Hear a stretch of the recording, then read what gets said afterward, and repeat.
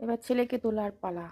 বেটু উঠু করে যাবো মা, সরস্বতী পুজো হবে যে, তুমি হাতে খড়ি দেবে যে, কেমন ভাবে ছুঁয়ে যাবো মা।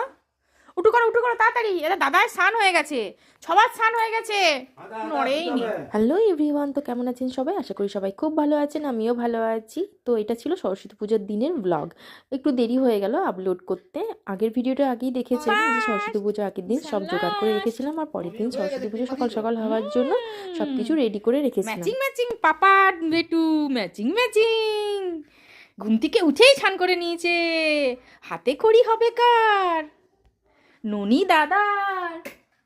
ননি দাদার হাতে খড়ি। এসো এসো বেটু।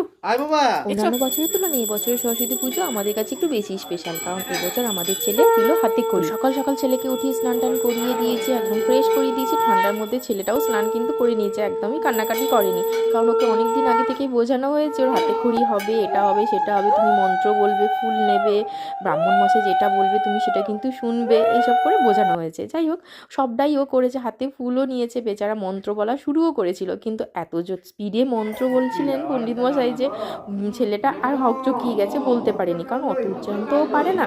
তো ওকে ধরে আমি দাঁড়িয়েছিলাম ওকে পুষ্পাঞ্জলি দেওয়ানোর সময়। তারপরে যখন ফুল ছোড়া হয় আমার ছেলে কাঁদতে শুরু করে, কেন ও ফুল ছুঁড়তে পারেনি ঠাকুরের পায়ে। তো খুব মজা করে ভালোভাবে আনন্দ করে মানে আমার ছেলে হাতে খড়িয়ে দিল আর পুষ্পাঞ্জলিও দিল খুব ভালোভাবে, যতটাও পেরেছে মোটামুটি।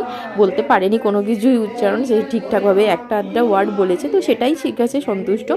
তারপরে হাতে খড়ি দেওয়ার পরে আসলে আমাদের বাড়িতে ছিল ষষ্ঠী পুজো, মানে হচ্ছে যে পান্তা ভাতের ষষ্ঠী, যেটা হয় সরস্বতী পুজো প্রতি বছরই আমার শ্বশুরবাড়িতে এটা নিয়ম আছে। তো ছেলের হাতে খড়ি দেওয়ানোর পরে মানে ব্রাহ্মণ মাসের হাতে খড়ি দেওয়ার পরে আবার তার দাদায়ের কোলে বসে দাদাই হাতে ধরে হাতে খড়ি দিল, মানে তার দাদাইয়ের ইচ্ছে ছিল, আর আমাদেরও ইচ্ছে ছিল যে তার দাদাইও একটু হাতে খড়ি দেওয়াক, তো সেটাই করলো। ছেলে তো খুব শান্ত হয়ে বসেছিল, এতটাও শান্ত যদিও নয়।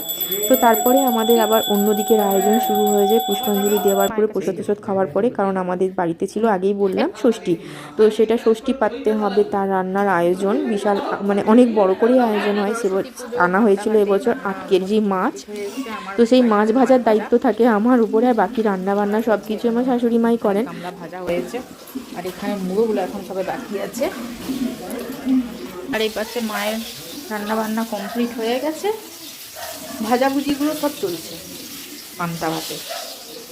তাই এরপরে ষষ্ঠী পাতা হবে, তারপরে কমপ্লিট হবে পান্তা ভাত।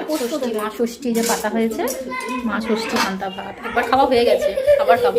হচ্ছে সজনে ফুল, বাঁধাকপির তরকারি, টক, এরপরে পোস্ত, এটাই মেন মা ষষ্ঠী। বড়ি ভাজা, আলু ভাজা, মাছের ঝাল, ওই ছেঁচড়া মাছের মাথা দিয়ে